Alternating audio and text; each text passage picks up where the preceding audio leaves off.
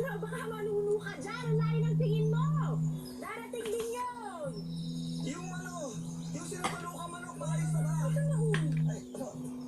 Ayan na nga. Ayos na.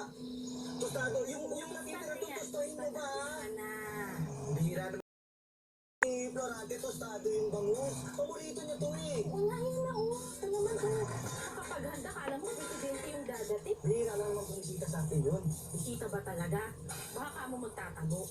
Alam mo, hindi natin alam na ang daming kaaway din sa Maynila. Siguro kung hindi mo ko pinadala yung dati ng 100,000, baka kung saan lupalop na natin pupulutin yun dahil sa mga pinagkakautangan niya. Tama na, Salin, tama na.